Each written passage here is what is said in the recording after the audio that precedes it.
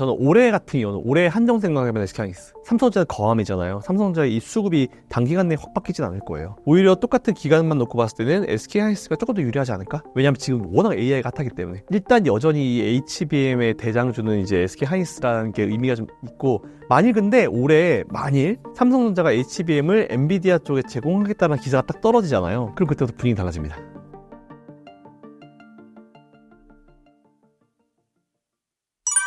반도체 섹터 분위기가 뜨겁습니다. 현재 상황과 분위기 어떤가요? 반도체 일단 살렸죠. AI라는 게 생기면서 반도체 시장을 완전 살려버렸습니다. 그래서 미국 시장도 살리고 우리나라 시장도 살리고 반도체로 먹고 사는 그런 기업들도 되게 살렸죠. 그런 분위기가 좀 만들어지고 있는 것 같고.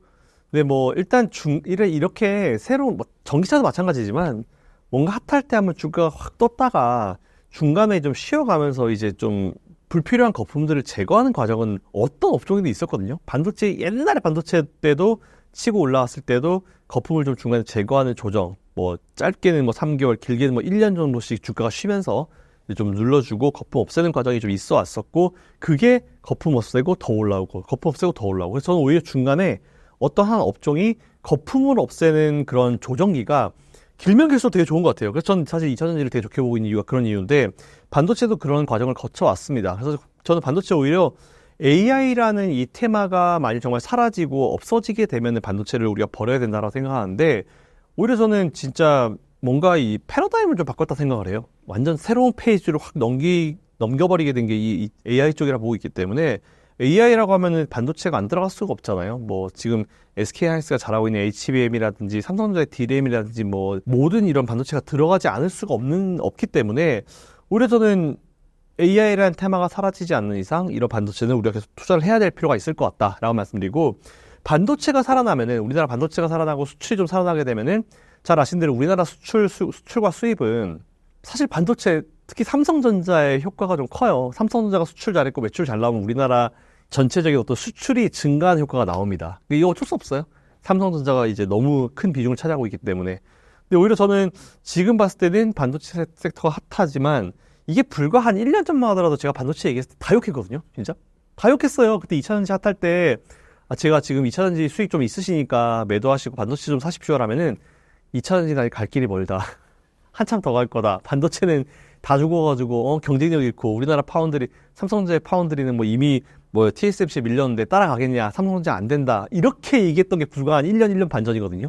근데 지금 완전 분위기가 반전이 됐잖아요. 그래서 오히려 지금의 이 분위기는 잠깐 중간에 쉬어가는 과정이 또 반도체에 나오긴 나오지만, 엔비디아도 사실 지난주에 좀 쉬었잖아요.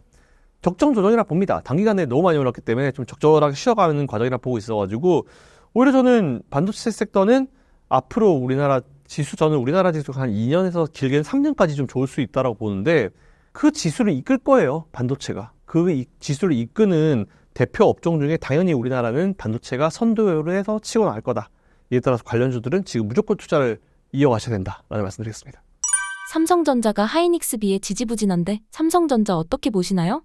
전 좋게 봅니다. 왜냐하면 삼성전자랑 SK하이닉스가 좀 다른 분위기가 뭐냐면, 이게 결국은 두 개 기업에 투자를 하는 분들의 성향도 사실 달라요. 왜냐하면은 진짜 AI 관련주라고 하면은 SK하이닉스가 맞죠. 왜냐하면은 SK하이닉스는 반도체만 하는 기업이에요. 반도체만 하는 기업이고, 그렇기 때문에 AI가 들어왔고, AI에 들어간 HBM을 SK하이닉스는 그것만, 반도체만 하는 기업이기 때문에 당연히 관련주를 엮이는 게 맞습니다. 근데 삼성전자 보자고요. 삼성전자는 HBM 하죠, 파운드리 하죠, 뭐 DM 같은 거 당연히 HBM 하죠, 파운드리 하죠, 뭐 청소기 팔죠, 냉장고 팔죠, TV 팔죠, 뭐 휴대폰 팔죠, 다 파는 기업이잖아요. 그렇기 때문에 두 개 기업을 똑같이 보면 안 돼요. 근데 이게 되게 재밌는 거는, 결국은 외국인들이 우리나라를 매수했을 때, 제가 지난번 MSCI 인덱스 한번 보여드렸지만 삼성전자가 제일 위에 있고 그 바로 밑에 삼성전자 우선주가 있어요. 그 두 개 합하면은 전체 3분의 1, 전체 외국인들이 바라보는 우리나라 시장 3분의 1이 삼성전자 우선주입니다. 그러니까 일단 3분의 1을 삼성전자와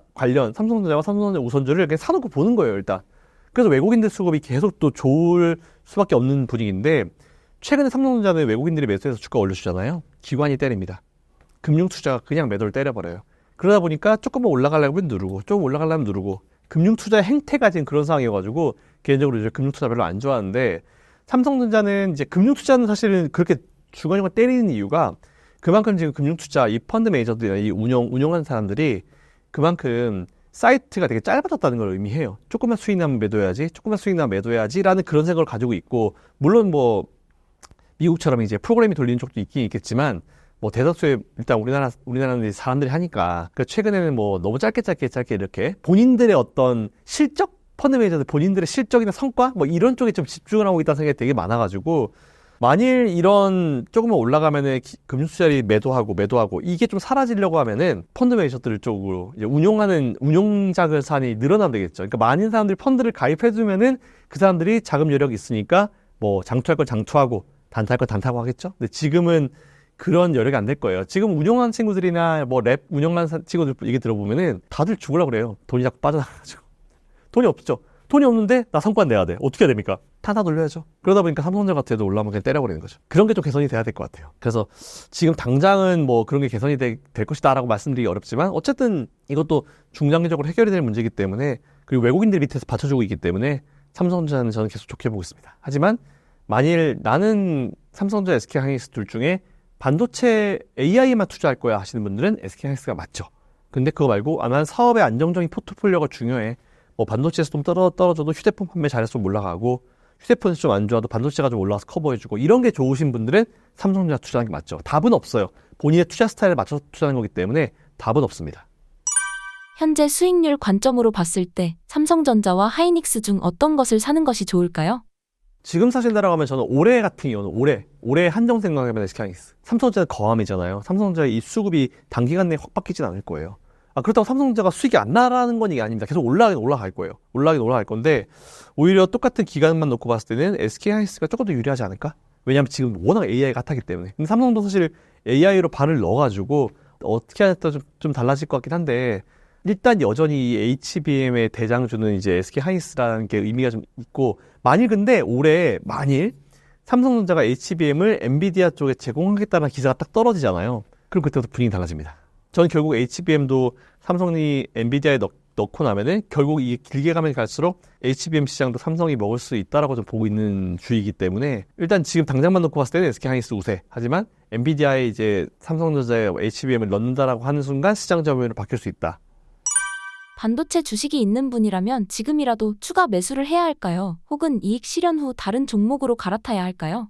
이게 사실 투자 성향에 따라 달라요. 투자 성향에 따라 다른데, 장기적으로 투자하시는 분들은 반도체 매도할 필요 굳이 없죠. 근데 이제 중장기적으로 투자하시는 분들 그렇지만, 단기적으로 투자하시는 분들 중에 수익이 좀 나 있으신 분들은 오히려 지금은 적절한 시점에 또 반대로 시속 타가지고 2차전지나 이쪽으로 넘어가시는 것도 괜찮다 봐요. 아니면 반도체 내에서 다른 쪽으로 아직 뭔가 확 눈에 띄지 못한 그런 기업 쪽으로 포트를 교체하는 것을 하시는 것도 괜찮기 때문에, 좀 짧게 투자하시는 분들은 이제 금융 투자하고 있는 투자랑 거의 비슷하게 하시면 됩니다. 짧게 치고 빠진 전략. 근데 많은 분들이 직장을 다니실 텐데, 직장 다니시는 분이 단기적으로 그렇게 전략이 가능할까요? 저는 안 될 거라 보고 있어서, 오히려 저는 직장인 분들이라고 하면은 좀 답답하셔도 좀 길게 투자하시는 것도 지금 괜찮다. 반도체는 앞으로 포트에 없으면 안 돼요. 앞으로 뭐 난 1년 안에 투자 안 할 거야, 접을 거야 라고 하시는 분은 상관없지만, 앞으로 2년, 3년 이상 투자하실 분들은 반도체 무조건 지금 사셔야 됩니다. 있어야 돼요. 포트폴리오에 있어야 됩니다. 적어도 10% 있어야 됩니다. 하반기에 주목해봐야 할 다른 섹터가 있을까요? 결국은 잘 나가는 놈이 잘 나간다 보고 있기 때문에, 뭐 앞에서 정리 한번 다 해보면은 뭐 반도체 괜찮고요, 2차전지 괜찮고, 전기차 괜찮고, 그리고 전 자동차 관련주도, 완성차 관련주도 괜찮다고 보고 있고, 조선 관련 쪽이 컨테이너선도 그렇고, 그리고 이 해상 운송 쪽도 괜찮아요. HM 같은 기업들이. 그러니까 HM은 사실한 말씀은 아닌데, 업황 자체가 원래 컨테이너 같은 경우는 중국이 거의 90% 이상을 장악을 했거든요. 그러니까 중국산 컨테이너선 수주가 거의 뭐 중국산으로 다 몰렸었는데, 최근에 미국이 중국을 조금 푸시를 하면서, 원래 우리나라 하나오션 같은 경우는 당분간 우리는 컨테이너선 수주 안 받을래요, 영업 안 할래요 이렇게 했거든요. 너무 중국이 다 가져가니까. 최근에 그것도 분위기가 바뀌고 있어요. 그래서 지금 HD 한국조선해양인가? 거기가 지금 18대를 지금 계약을 했다라고 하더라고요. 프랑스에 있는 기업과.